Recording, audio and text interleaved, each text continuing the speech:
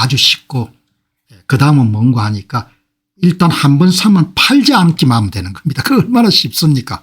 팔지 않는 거 사고 팔지 않고 이런 사기만 하는 겁니다. 그러니까 워렌 버핏처럼 여러분 잘 되는 것이 어려운 일이 하나도 아닌 겁니다. 그냥 그냥 여러분들 이렇게 사면 되는 겁니다. 이렇게 그죠? 미국에 베팅하고 미국의 미래에 베팅하고 미국의 기술에 베팅하고 달러와 자산에 베팅하면 되는 겁니다. 뭘 살까요? 투자 대상을 잘 골라야 되죠. 그냥 검증받은 거 사면 되는 겁니다. 검증받은 거. 제 포트폴리오에 가장 많은 것은 SMH하고 FTC를 가장 많이 갖고 있습니다. FTC하고 기술 섹터 ETF XLK. 그러나 압도적으로 많은 게 SMH를 많이 갖고 있어요. 반도체 섹터 ETF. 그죠? 반도체 섹터 ETF를 가장 많이 갖고 있죠. 그다음에 이런 FTC, XLK, 기술 섹터 ETF. 그다음에 여러분들 S&P 500을 추종하는 SCHG나 나스닥 100을 추종하는 QQM은 조금 갖고 있습니다. 그리고 비트코인, MSTR 그냥 사기만 하면 되는 겁니다. 조금 싸다고 생각할 때. 그리고 정권 방송 절대 볼 필요가 없습니다. 충동 매매를 하니까. 정권 방송하는 사람들도 모르니까 미래는. 그냥 미국에 베팅하는 겁니다. 그럼 이렇게 투자하면 대충 어떻게 되겠냐. 최소 20% 이상 연수익이 될 겁니다. 돈이 굉장히 빨리 불어나겠죠. 그리고 절대 안 파는 겁니다. 정권 방송 듣지 않고 그 시간에 여러분 그냥 취미 활동하는 게 훨씬 낫습니다. 정권 방송이 왜 그렇게 많은지 전부 다 뭡니까? 지금 사라 지금 팔아라 그러지 않습니까? 지가 어떻게 하는데 알 수가 없지 않습니까?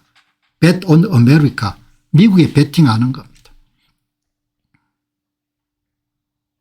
기술의 미래에 베팅하는 겁니다. 달러 자산에 베팅하는 겁니다. 너무나 쉽지 않습니까? 좋은 투자 대상을 결정한 다음에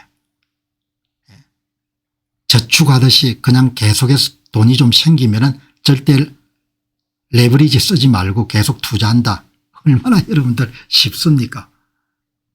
그렇게 공부할 필요가 없는 거죠. 정권 방송 공부를. 그죠? 정권 방송 공부를 할 필요가 전혀 없는 겁니다. 세상에 부자 되는데 이렇게 쉬운 방법이 있습니까? 너무너무 쉽지 않습니까?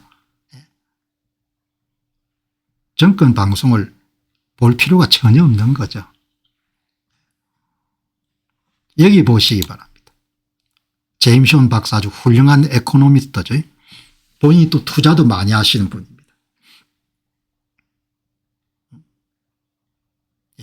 제임스 온 박사가 아주 예리하네요. 트럼프 대통령이 리셋하겠다는 것을 인용해 가지고 이분은 좀 정직합니다. 정직하고 허황되지 않는 분이고 제임스 온 에코노미스트가 도널드 트럼프 대통령이 월드 모스트 파워풀 리셋이라고 이야기해 놓으니까 이게 무슨 말인지를 단박에 알아차린 거지 않습니까? 단박에. 뭐라고 이야기합니까? 투자자들은 현대 역사에서 가장 큰 규모의 자산 가격 재조정 속으로 비몽사몽간에 걸어 들어가고 있습니다. 도널드 트럼프가 세계에서 가장 강력한 리셋이라고 말할 때 그것은 단순히 수사적인 표현이 아닙니다. 대부분 사람들은 뻥친다고 이야기할 겁니다.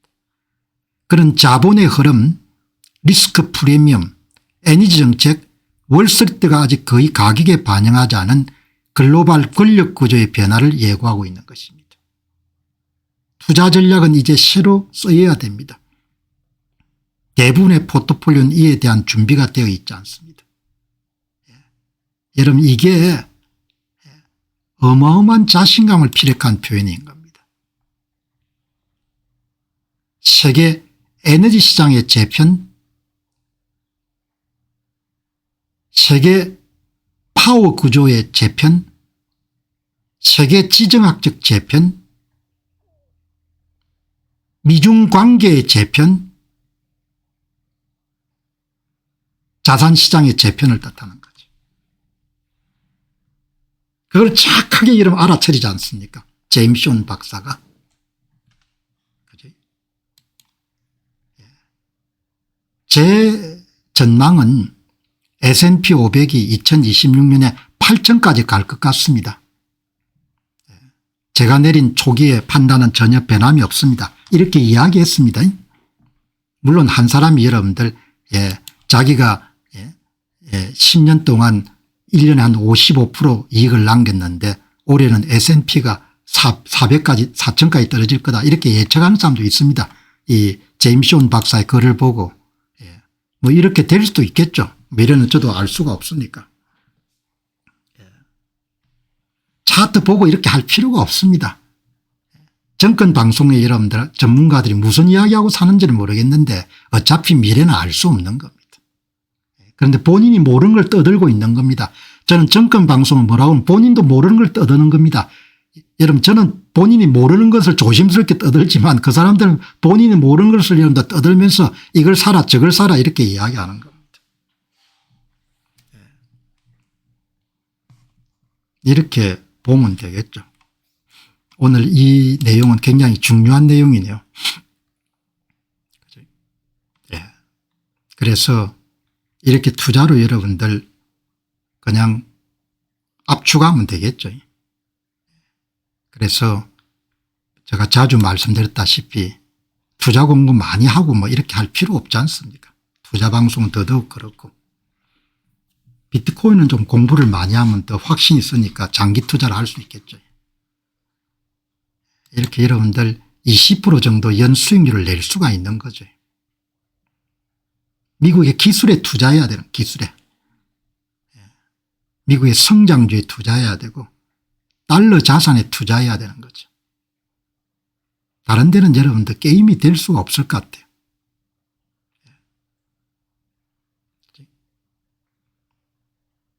그리고 그다음에 확실한 건 뭡니까? 추가 경정 예산을 26조 정도 다시 편성했다는데 뭐 간단하지 않습니까? 원화 가치는 계속 떨어질 거 아닙니까? 원화 가치는. 원화 가치 중장기 추세는 계속 떨어질 수밖에 없는 거죠. 더더욱 원화 자산에 투자하기보다 달러 자산에 투자해야 되는 거죠. 2000년대 여러분들 원화 자산이 마이너스 0.2% 정도 여러분들 하락했습니다. 달러 대비. 2010년도에 여러분들 원화 자산이 0.08% 올랐습니다. 한국 경제가 중국 특수에 힘입어가 좋았던 시절이죠. 2020년대 여러분들 원화 자산이 마이너스 5.40%, 2024년부터 2026년까지 마이너스 7.5%입니다. 원화 자산이 계속 떨어지는 거죠. 이 보시기 바랍니다. 2000년대부터 2026년까지 원화 자산 하락률 보시기 바랍니다. 추가 경정 예산을 26조 정도 푼다는 이야기는 여러분들 올해 예산이 740조 정도 될 겁니다. 뭘 뜻하는 겁니까? 시중에 원화 공급이 계속 늘어나는 겁니다. 공급이 늘어나는 거죠. 원화 가치가 계속 떨어진다는 겁니다. 달러 수합은 원천적으로 될 수가 없습니다. 왜냐하면 2008년도에는 다른 나라와 함께 해준 거고 달러 수합은 꿈을 꿀 수도 없는 겁니다. 여러분 이걸 보시면 뭐죠? 이걸 가지고 분명히 알 수 있는 것은 뭔가 하니까 원화 자산에 투자하면 안 된다는 걸 본인이 알아야 되는 거죠.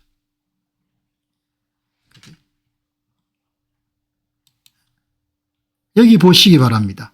한국에서 가장 대표적인 상장지수 펀드인 코덱스 200을 보시게 되면은 명목 수익률이 5에서 6% 정도입니다. 5에서 6%. 미국의 여러분들 SPY, SCH가 S&P 500을 추종하는 상품들이죠. 대개 여러분 15% 내외지 않습니까? 장기 추세는 실력을 이야기하지 않습니까? 실력을. 그러니까 간단하게 이야기하게 되면 너무 중요하기 때문에 제가 자주 운영하는데 한국의 원화 통화 증가율은 연평균 7%, 달러 대비 원화 가치 하락률은 마이너스 7%, 두 개를 합치면 14%입니다.